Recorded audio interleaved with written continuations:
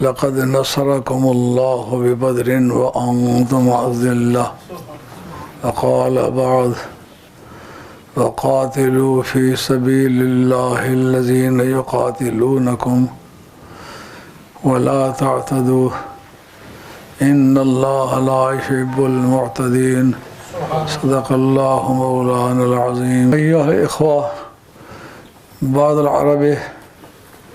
كلفوني أن أحاضركم اليوم على موضوع بدر. سبحان الله. أيها الإخوة، بدر غزوة من غزوات كثيرة، غزوة لغة مصطلحة في السيرة. سبحان الله. كل حرب وقع بين المسلمين والكافرين يمكن أن يقال مغازي، ولكن غزوة ولفظ مختص بالغزوات التي اشترك فيها رسول الله صلى الله عليه وسلم بنفسه، والغزوات التي لم يشترك فيها رسول الله صلى الله عليه وسلم يمكن أن يسمى حربا، جدالا، قتالا وغير ذلك. لما نبی کریم رسول اللہ صلی اللہ علیہ وسلم عالم بنبوته في مكة جملة آل مكة أنكروا سوى خديجة الكبرى. خديجة الكبرى كانت وحدها التي استلمت بنبي محمد صلى الله عليه وسلم، فلهذا تسمى أول المسلمين. وكونه شخصا أول المسلمين هذا دليل قطعي أفضلية ذلك الشخص الذي آمن أولا، لأن النبي صلى الله عليه وسلم قال من سن سنة حسنة فله أجرها وأجر من عمل بها إلى يوم القيامة. سبحان الله. بلا تخصيص كل من أوجد طريقة حسنة فله أجر ثواب الإيجاد أيضا، وثواب مجموعة ثواب من فعل من عمل إليها إلى يوم القيامة. فالنتيجة أول شخص أوجد أمرا خيرا طريقة خيرية هو يحصل على جميع ثواب الأمة. ما شاء الله. حيث أن سيدة خديجة الكبرى كانت زوجته الأولى صلى الله عليه وآله وسلم، إنما جبرائيل إلى النبي صلى الله عليه وسلم فأوحى من الله سبحانه وتعالى اقرأ باسم ربك الذي خلق. أولا قال جبريل اقرأ، بمعنى اتلو. نبی کریم علیہ السلام اجابہ ما انا بقارن، سبحان اللہ، انا لست بتالن.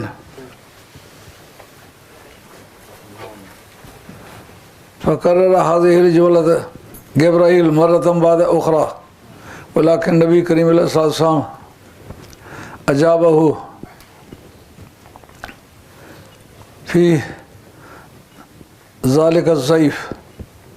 النبي صلى الله عليه وسلم قال ما أنا بقارن. Then Gabriel آنكه وفشره إلى صدره، فالنبي صلى الله عليه وسلم لم يمكن له أن يتوجه إلى كلام جبرائيل. وإذا قال اقرأ باسم ربك الذي، هذا الكلام وكان مبنيا على قاعدة كلية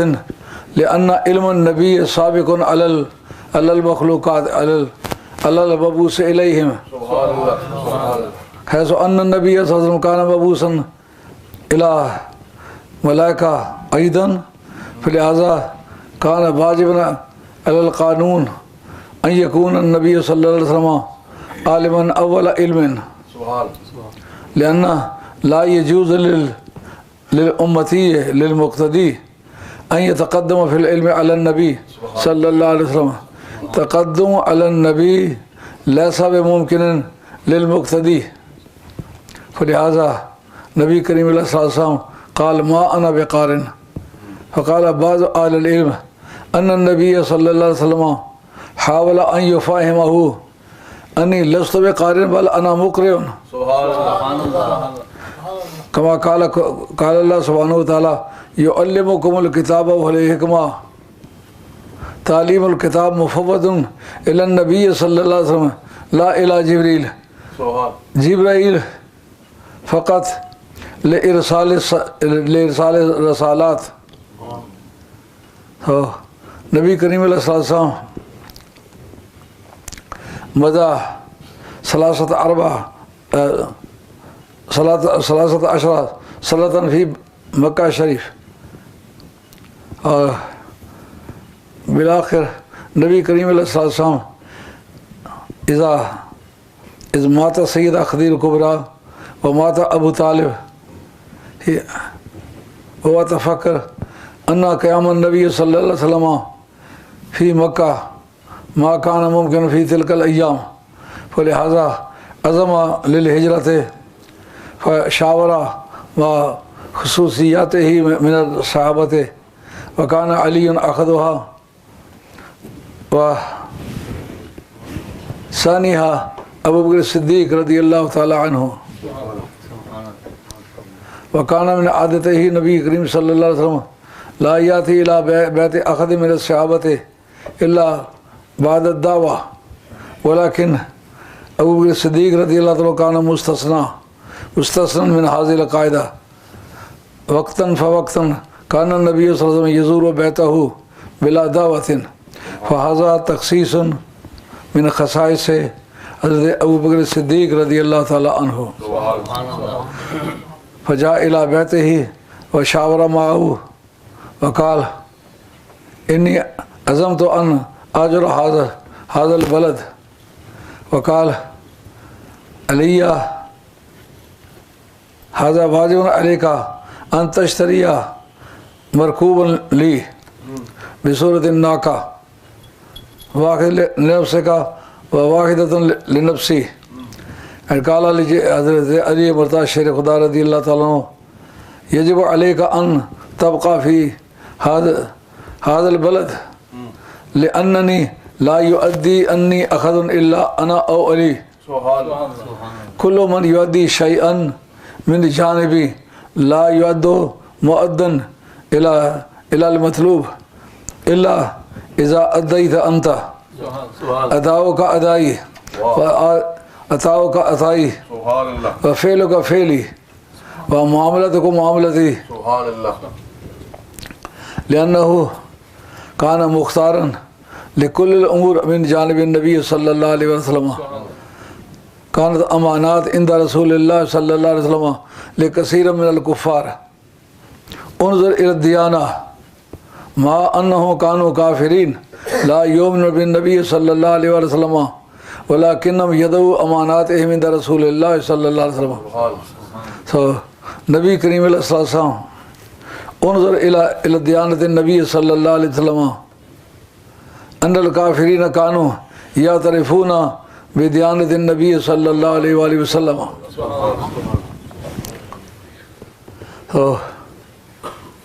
البقاء فی مکہ فی تلک الایام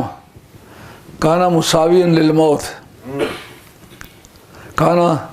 کمن دکا باب الموت. قیام علی رضی اللہ تعالیٰ عنہ فی تلک الایام ان مکہ کان دق علی باب الموت ولکن علی مرتضی شیر خدا رضی اللہ نام علی سریرہ بدون خطر فلما اصبح کان الکافرون یحاصرون بیت النبی صلی اللہ علیہ وسلم فلما رأوا علی المرتضی اسد اللہ الغالب فتحیروا وقالوا انت نائم علی بیتہ علی سریرہ فی بیتہ فقال انا من آل بیت رسول اللہ صلی اللہ علیہ وسلم لحموں کا لحمی دموں کا دمی جسموں کا جسمی جدوں کا جدی لا واقع فی الدنیا ان يدخل فی بیت النبی صلی اللہ علیہ وسلم الا انا او ابی النبی صلی اللہ علیہ وسلم نفسہ فلہذا انا مجاز ان انام علی سریر النبی صلی اللہ علیہ وسلم فی بیتہ بیت النبی و بیت علی ما کانا مختلفا کانا بیتن واحدا بیت النبی و نفس بیت علی نبی کریم علیہ السلام استصحب ابا بکر لأن تفسیر قمی تفسیر شیعہ رائٹس یکتب ہی کتابہ ہی ويقول أوحي إلى النبي صلى الله عليه وسلم أن يستصحب أبا بكر لأنه يوفي به في السراء والضراء في السفر والحضر في الدنيا والقيامة. So the إذن الله سبحانه وتعالى أجري في حق أبي بكر الصديق رضي الله عنه لمصاحبته أثناء السفر وجوز اسم علی ان ینام علی سریرتہ فی بیتہ فہذا ابتداء الہجرہ انشاءاللہ ان کنت ہنا فی الجمعۃ الآتیہ انشاءاللہ انا اخاطبکم اللہ فی نفس الموضوع اور انشاءاللہ اکمل بقیۃ المضمون انشاءاللہ.